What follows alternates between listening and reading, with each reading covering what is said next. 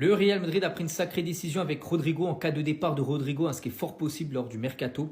Et le Real Madrid ne signera pas de remplaçant à Rodrigo en cas de départ. N'oubliez pas les gars, il y a des clubs comme Arsenal, Manchester City, Liverpool ou même par exemple le Paris Saint-Germain sont tous intéressés par le joueur brésilien. Du côté de l'Olympique de Marseille, ça bouge également. On va parler du Brésilien Igor Peixao. Donc, il veut rejoindre l'Olympique de Marseille et tient un accord avec le club phocéen. Donc, le Feyenoord, son club actuel, veut une vente record. 40 millions d'euros, il demande à l'Olympique de Marseille. Donc, le Bayer Leverkusen et des clubs de Première Ligue sont également sur le joueur. Des nouvelles également concernant Leandro Paredes, ancien joueur du Paris Saint-Germain, même de l'AS Roma. Il va quitter l'Europe, direction l'Argentine, va retourner au pays, retourner dans son club formateur. Il va retourner à Boca Juniors, les gars. L'Argentin quitte l'Europe et l'AS Roma. Et on finit aujourd'hui avec le club de Botafogo, une équipe brésilienne qui refuse 35 millions d'euros du Benfica pour Thiago Almada, tout jeune joueur argentin. Donc le club portugais veut le joueur et pourrait relancer le club brésilien avec une offre améliorée de 40 millions d'euros. Le joueur espagnol Ferran Torres, les gars, veut rester du côté du FC Barcelone malgré l'intérêt d'Aston Villa qui pousse pour s'offrir bien sûr le joueur espagnol. Donc le club anglais pourrait proposer 50 millions d'euros au FC Barcelone pour le joueur. Mais pour l'instant, lui souhaite rester du côté du FC Barcelone. Des nouvelles également concernant un autre Espagnol, il s'agit de Marco Asensio, joueur du Paris Saint-Germain qui a été prêté les 6 derniers mois du côté d'Aston Villa, qu'on parlait juste avant de Ferran Torres. Et l'Inter Milan s'attaque à Marco Asensio, prix demandé par le Paris Saint-Germain 10 à 12 millions d'euros. N'oubliez pas également que le Fenerbahçe a fait une offre concernant Marco Asensio. Concernant l'attaquant serbe Dusan Vlahovic, la Juventus Turin ne veut plus de ce joueur dans son effectif pour la saison prochaine. Et la Juve va proposer à Dusan Vlahovic une résiliation de contrat. N'oubliez pas que le joueur avait été acheté 60 millions d'euros il y a quelques années.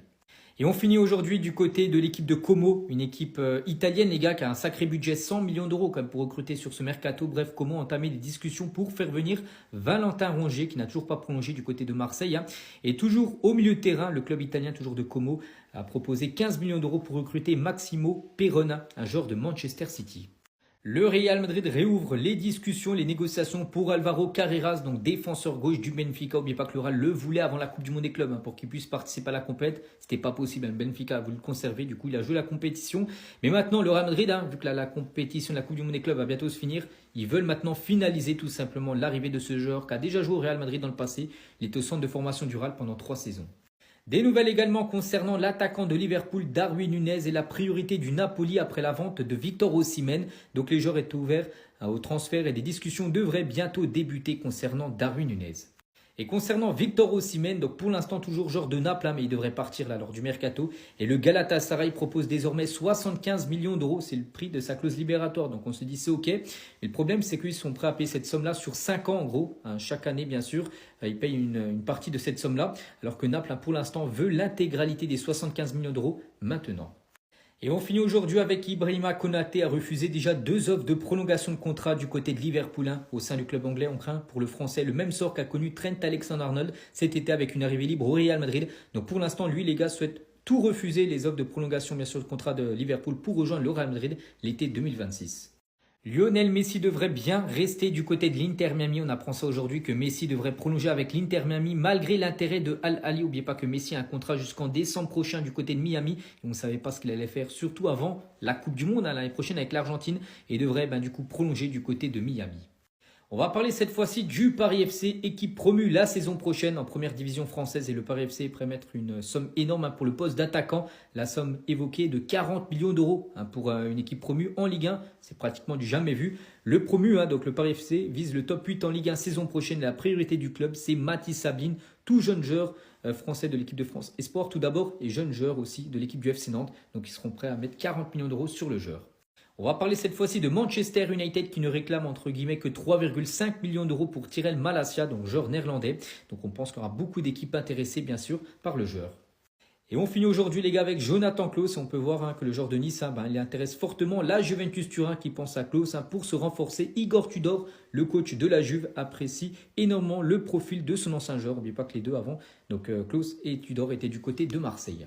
Le club anglais de Liverpool passe à l'action concernant Rodrigo sur le départ du côté du Real et Liverpool a contacté l'entourage de Rodrigo pour avoir les premières impressions bien sûr du joueur par rapport à son futur. N'oubliez pas que tout devrait s'accélérer les gars concernant Rodrigo et son avenir après la Coupe du Monde des clubs. Des nouvelles également concernant Timothy Weah, donc attaquant américain de la Juventus Turin et lui souhaite partir et souhaite bien rejoindre l'Olympique de Marseille. Les discussions avec l'entourage du joueur avancent bien. Des nouvelles également concernant un autre attaquant, c'est Georges Mikotadze, attaquant de Lyon, mais sur le départ et l'équipe anglaise de Sunderland qui monte la saison prochaine en Première Ligue, fortement intéressé. Donc Sunderland est bien intéressé par la signature de Georges Mikotadze. La situation financière de Lyon pourrait faciliter un accord entre les deux clubs.